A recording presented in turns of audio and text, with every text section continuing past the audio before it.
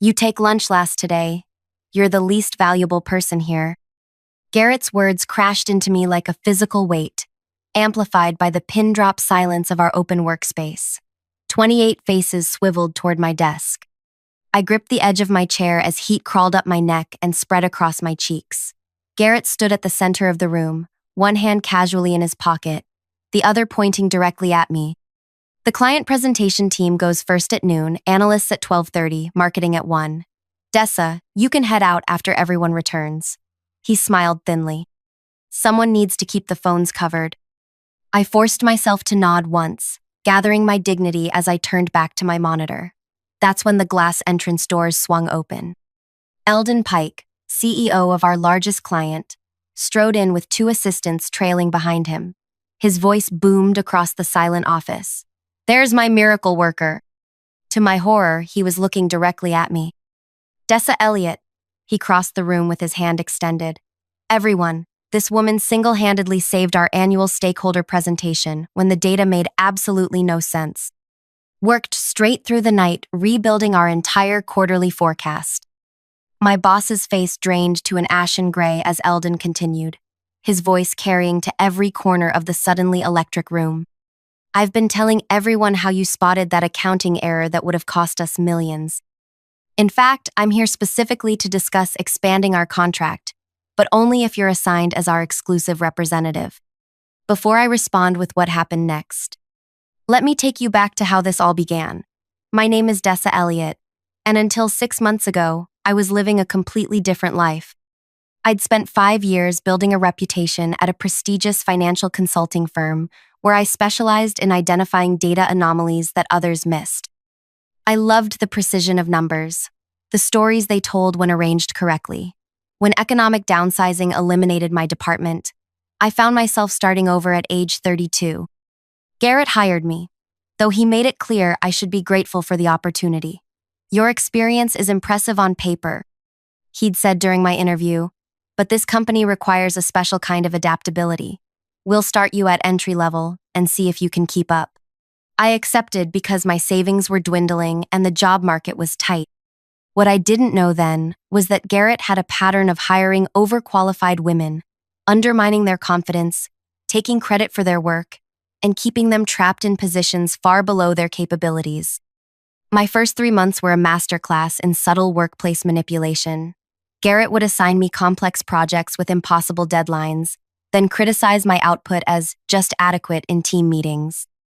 He'd invite everyone except me to strategic planning sessions, then penalize me for not anticipating changes to client requirements. My ideas were dismissed in meetings, only to resurface weeks later as Garrett's innovative approach. The turning point came during the Pike Industries crisis. Pike Industries represented nearly 40% of our company's annual revenue, a client relationship. Garrett frequently reminded everyone he had personally cultivated for 7 years. Their quarterly financial review was approaching, and our team had been given a rush project to prepare their presentation materials. Garrett assigned himself and the senior analysts to the visible components: executive summary, strategic recommendations, visual presentations. I was given what he called background verification, essentially checking numbers and formatting footnotes. "Perfect for your skill level," he told me with a smile that never reached his eyes. I stayed late that Thursday, cross-referencing data points while the office emptied around me. Around 9 o'clock, I noticed something odd in the year-over-year projections. A discrepancy in the forecasting model that didn't align with previous quarters. Most people would have flagged it and moved on, but years of forensic accounting had trained me to pull on loose threads. 3 hours later, I'd uncovered a fundamental error in their accounting structure, one that artificially inflated projected earnings by nearly 22%. If presented to stakeholders, it would trigger automatic penalties from their investors once discovered. Worse, the error had cascaded through every financial document prepared for the last 8 months. I called Pike Industries' finance director, despite the late hour. "This can't be happening," Ren Havers whispered when I walked her through my findings. "The stakeholder meeting is at 9 tomorrow morning. These projections are the centerpiece." "I can rebuild it," I heard myself say. "If you can get me access to the raw data, I can reconstruct the entire forecast model tonight. What followed was 14 straight hours of intensive financial modeling. I rebuilt their quarterly forecast from scratch, correcting the cascading errors while maintaining the accurate parts of their projections. By 11 a.m. the next day, I'd emailed the completed files to Ren with a detailed explanation of the original error and my methodology for correcting it. I said nothing to Garrett or anyone on our team. The project had been marked complete in our system, the files delivered. I simply continued with my assigned tasks, hoping perhaps that my work would eventually speak for itself. 3 weeks later, Garrett received a glowing email from Pike Industries, praising our team's exceptional attention to detail and financial acumen that had transformed their quarterly reporting approach. Garrett printed the email and hung it in our break room, adding a handwritten note. This is why our senior team members handled the critical client components. The pattern continued for months. I'd solve complex problems, creating systems and approaches that consistently exceeded client expectations. Garrett would claim the victories while continuing to marginalize me in team meetings, resource allocations, and yes, lunch schedules. My performance reviews remained mediocre despite client compliments never reaching my file. When I asked about advancement opportunities, Garrett would smile sympathetically. You're just not quite there yet, Dessa. Keep working on your fundamentals.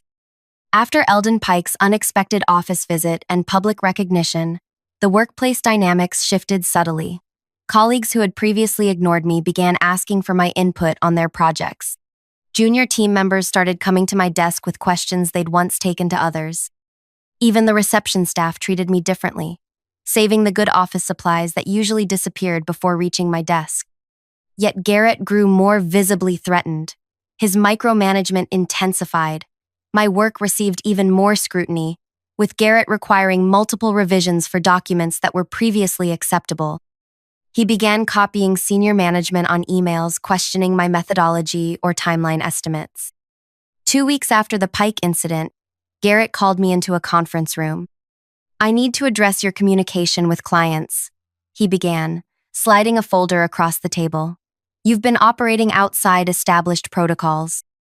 Inside was a printed email from Eldon Pike addressed to me directly, thanking me for additional insights I'd provided on optimizing their new financial model. All client communication goes through proper channels, Garrett continued. This creates confusion about who their actual point of contact should be. Eldon reached out to me directly, I explained. I thought it would be impolite not to respond. It's Mr. Pike to you, Garrett corrected. And your job is data verification, not client relationship management. I've been working with Pike Industries for 7 years. You've been here 7 months. I nodded, accepting the official warning he placed in my file for circumventing communication protocols. That evening, I sat in my apartment, staring at my laptop screen. The warning felt like the final push I needed. I opened a new document and began meticulously recording every interaction with Garrett, every client project I'd contributed to, every instance where my work had been reattributed. I created a timeline of emails, meeting notes, and project outcomes. Then I made a decision. I would stop correcting Garrett's mistakes. For months, I'd been quietly fixing errors in his reports, adjusting misaligned projections in his presentations, and clarifying his often confusing client communications. No more. I also began building relationships with other clients who'd benefited from my unacknowledged work. Not by breaking protocols, but by being exceptionally responsive and thorough whenever they reached out through official channels. I made myself quietly indispensable to them while documenting every interaction. The quarterly business review was approaching, an all-day meeting where each department presented their metrics to the executive team. Garrett had been preparing for weeks, refining his presentation, highlighting our division's remarkable client retention strategy. The day before the review, Garrett dropped a thick folder on my desk. I need these numbers verified and formatted for tomorrow's presentation. I need it by 6.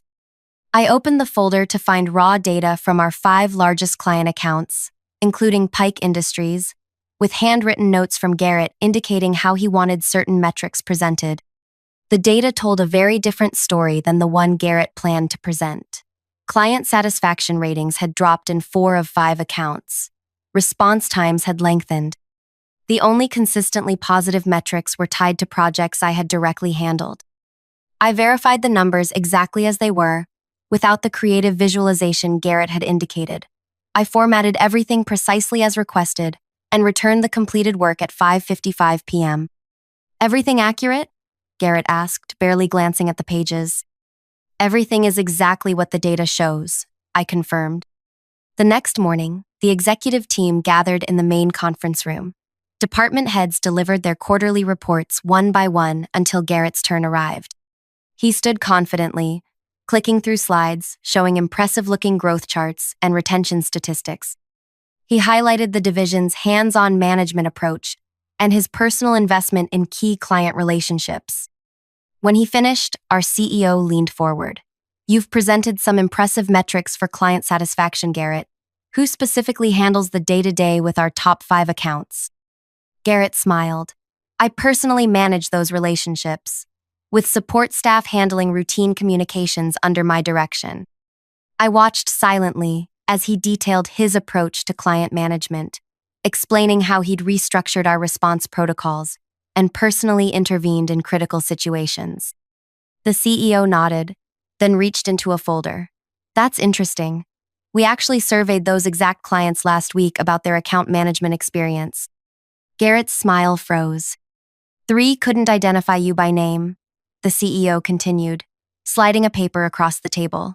2 specifically mentioned someone else entirely.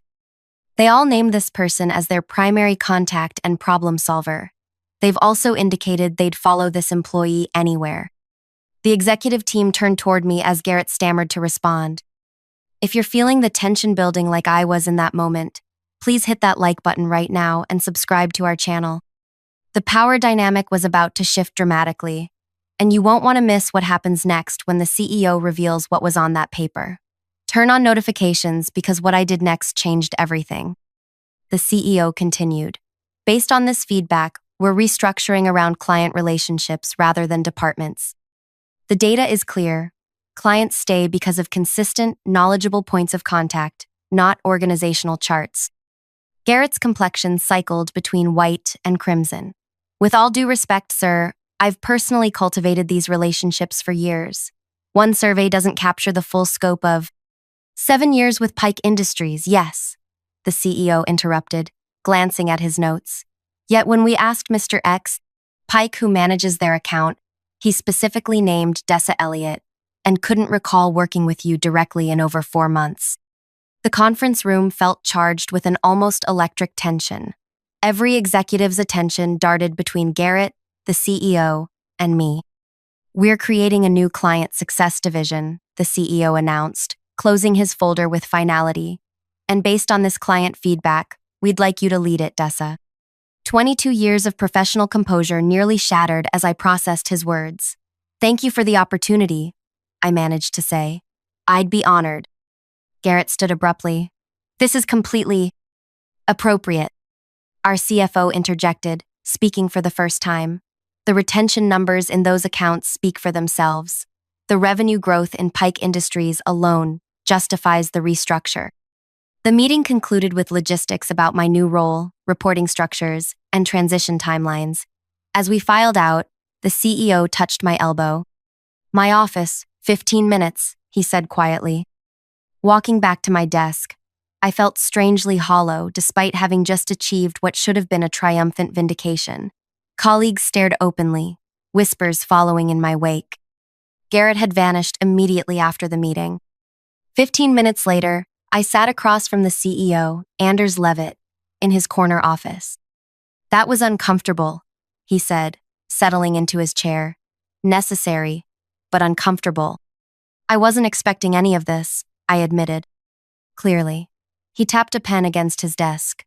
3 months ago, Eldon Pike called me directly after his quarterly presentation.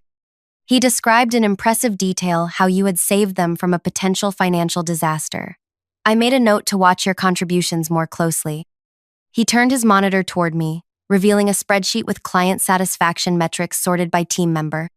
"Last month, we implemented a new tracking system that logs who actually works on client deliverables versus who submits them. Your name appeared consistently in the background of our highest performing projects, yet never in the presentation credits. I remained silent, processing that my work had been visible after all, just not to me. What convinced me something was fundamentally wrong was this. He pulled out a folder containing two versions of the same report. One I'd prepared for Garrett, and another Garrett had presented as his own work. The only differences were the removal of my name and the addition of elaborate charts that actually misrepresented the data. We need people who understand both numbers and clients, Anders continued. Your role will oversee client strategy across all departments. Garrett will report directly to you. My breath caught. Sir, given our history, I'm not sure that arrangement would be productive.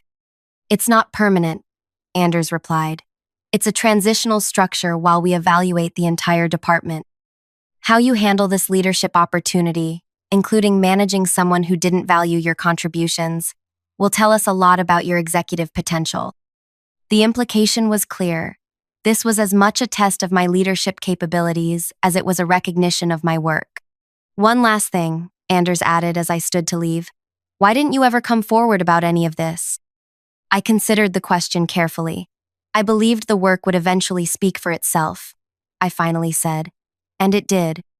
As I closed his office door behind me, my phone vibrated with a company-wide email announcing my promotion.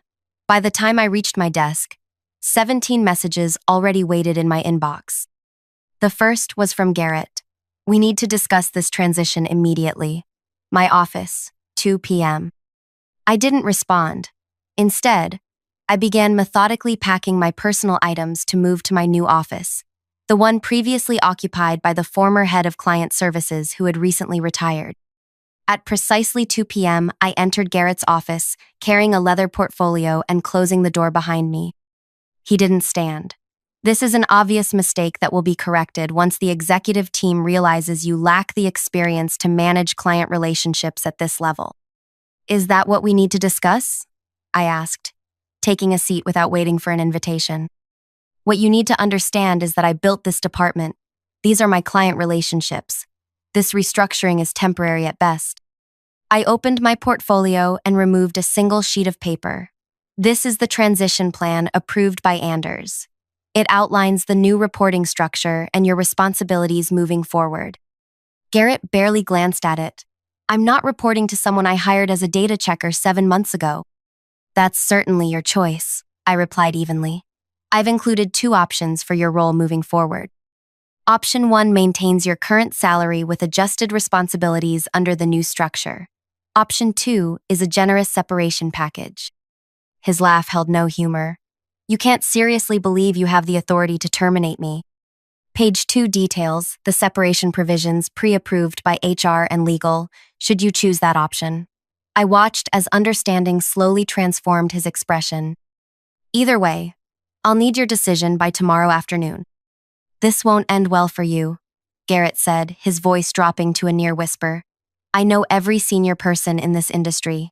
One word from me would carry significantly less weight than the testimonials from Pike Industries, Asteria Group, and Concord Financial, our 3 largest clients who have all specifically requested to work with me and my team moving forward.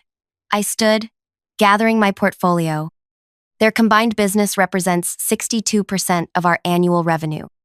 You orchestrated this entire thing, he said, realization dawning in his eyes. I paused at the door. No, Garrett. I simply stopped hiding how things actually worked. The reality became visible once I stepped out of your shadow. The next morning, Garrett wasn't at his desk. By afternoon, facilities staff were packing his office, while HR conducted an exit interview in a conference room 3 floors away. He had chosen option 2. My new role brought immediate challenges. The team that had witnessed my public humiliation for months now looked to me for leadership. Some were immediately supportive, especially those who had also experienced Garrett's management style. Others remained skeptical, waiting to see if my authority would last. I spent my first week meeting individually with every team member, learning about their aspirations, frustrations, and ideas for improving our client relationships. I discovered talented people who had been systematically undermined, just as I had been. Elise, a brilliant strategist who'd been relegated to administrative tasks.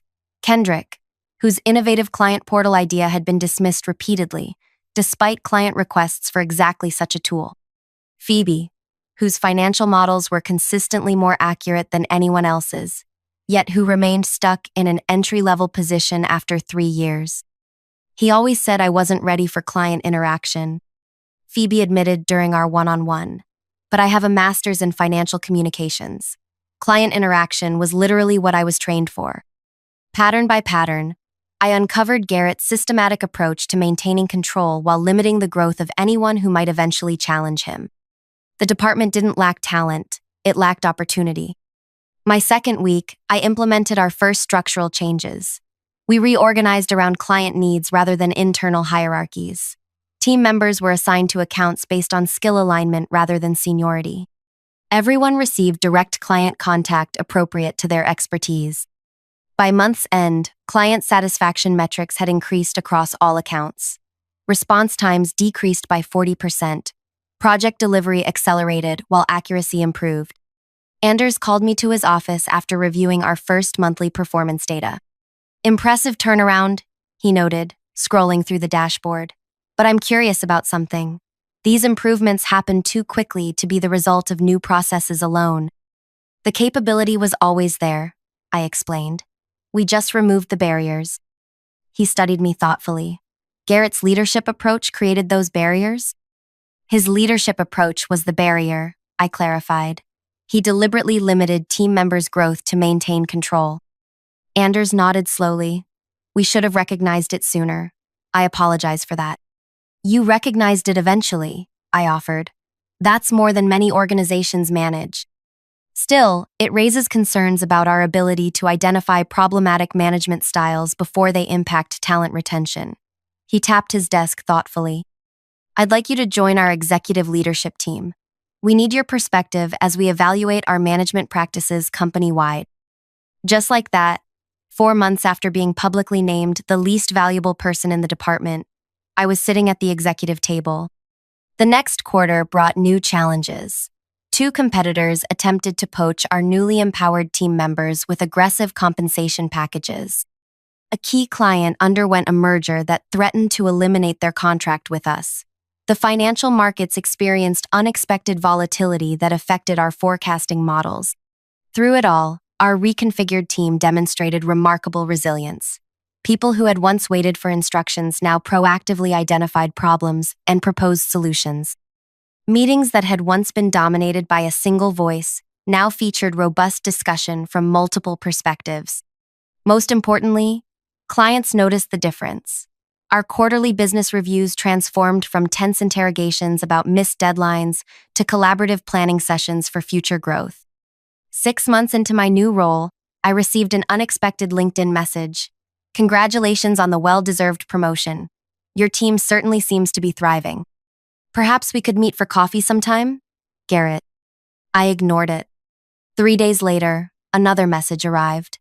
I've taken a position with Hendricks Group. They're very interested in your client management approach. A conversation between colleagues would be mutually beneficial. Hendricks Group was our largest competitor, known for aggressive client acquisition tactics. I forwarded the message to our legal department and continued focusing on our growth strategy. The following week, Eldon Pike requested an urgent meeting. Hendricks Group reached out with a compelling proposal, he explained when we met. They're offering significant cost reductions if we transfer our business to them. That's not unusual during contract renewal season, I noted, maintaining a calm I didn't entirely feel. Pike Industries still represented our largest client relationship. What's unusual is their representative claimed intimate knowledge of our financial structure and reporting requirements. He suggested your team was hiding operational inefficiencies that impact our service costs. I raised an eyebrow. That representative wouldn't happen to be Garrett, would it? Eldon's expression confirmed my suspicion. He presented detailed analysis of our account. Some points seemed concerning until our financial team reviewed them. And what did they find? Creative misrepresentation of standard industry metrics. Eldon replied with a thin smile. The same type of manipulation you caught in our forecasting error. Apparently, Garrett didn't realize we now have staff trained to spot exactly those distortions. Relief washed through me. I appreciate you bringing this to my attention. I didn't come to warn you, Eldon clarified. I came to inform you that we're expanding our contract with your firm by an additional 30% next quarter, and to ask if you'd consider presenting at our annual Financial Leadership Summit. We'd like others to learn your approach to data integrity and client partnership. News of Pike Industries' expanded contract and Garrett's failed poaching attempt spread quickly through industry channels. 2 more clients increased their engagements with us. 3 prospective clients requested proposals specifically citing our reputation for data integrity. 9 months after my promotion, Anders invited me to dinner with the board of directors. What I had assumed would be a standard quarterly business discussion turned out to be something else entirely. We've been evaluating our succession planning, the board chair explained between courses. Anders has indicated his intention to transition toward retirement over the next 18 months. I nodded, wondering why this concerned me directly. We'd like you to consider a new role as Chief Operating Officer, she continued, working directly with Anders to learn all aspects of company leadership with the potential to advance further when he retires. The opportunity was beyond anything I could have imagined when I joined the company barely 16 months earlier. Your ability to transform underperforming systems while maintaining client relationships demonstrates exactly the leadership philosophy we want to cultivate, Anders added. Plus, the financial results speak for themselves. Your division's profitability has increased 43% year over year. I accepted the position, of course. The transition would begin the following month, after we completed the current quarter's reporting cycle. 2 days later, I received another LinkedIn message. Heard about your continued ascent. Perhaps now you might see the value in that coffee conversation. I have insights about the board that could prove useful in your new role. Garrett. This time I responded, thank you for your interest in my career progression. All communication regarding our company should be directed through appropriate channels as outlined in your separation agreement. I wish you continued success at Hendricks Group. I blocked his profile immediately after sending the message. My first official day as COO dawned with unexpected news. Hendricks Group had announced a major restructuring, including significant leadership changes. Garrett's name appeared on the list of departing executives. Their press release cited strategic differences regarding client relationship management. That afternoon, Anders dropped by my new office. Interesting development at Hendricks, he remarked casually. Their CEO called me this morning. Apparently, Garrett had been making certain representations about client relationships that didn't materialize. That sounds familiar, I replied, unable to suppress a small smile. Indeed. She also mentioned they've had 3 complaints about his management approach in just 4 months. Anders shook his head. Some people never learn that leadership isn't about control, it's about cultivation. Speaking of cultivation, I said, changing the subject, I've been reviewing our management training programs. I'd like to propose some adjustments based on what we've learned from the department restructuring. I'd expect nothing less, Anders said with approval. That's exactly why you're sitting in that chair. 1 year to the day after Garrett had announced to the entire office that I was the least valuable person on the team, I stood at the podium during our annual company meeting. As COO, I was presenting our new strategic direction to over 300 employees. I outlined our vision for collaborative leadership, transparent client relationships, and growth opportunities for team members at all levels. I introduced new professional development pathways designed to identify and nurture talent throughout the organization. Most importantly, I announced a fundamental change to our company culture. Value in our organization will no longer be determined by position, seniority, or who speaks the loudest. Value will be measured by contribution, collaboration, and the difference we make for our clients and each other. As applause filled the room, I caught sight of my former team members, now department heads, team leaders, and rising stars in their own right. People whose talents had been buried under an insecure manager's need for control were now driving innovation across the company. That evening, as I gathered my things to leave, I found a small package on my desk with a card signed by the entire former team. Inside was a custom-made nameplate for my desk. It read, Dessa Elliot, Most Valuable Leader. The revenge wasn't in Garrett's downfall. It was in the thriving of everyone he had tried to diminish. These days, lunch schedules are a thing of the past in our office. We have a fully stocked kitchen and flexible breaks. People eat when they're hungry, rest when they need to recharge, and collaborate without artificial hierarchies. Everyone is valuable here, and they all know it. If my story resonated with you, whether you've experienced workplace marginalization or witnessed it happening to others, please share your thoughts in the comments below. Have you ever had to navigate a toxic work environment? Did you find ways to demonstrate your value despite obstacles? Your experiences might help someone else who's currently walking the path I once traveled. Hit the like button if you believe in workplaces where everyone's contributions are recognized, and subscribe to hear more stories of professional transformation and justice. Remember, sometimes the most powerful revenge isn't about bringing others down. It's about lifting yourself and everyone around you higher than anyone thought possible.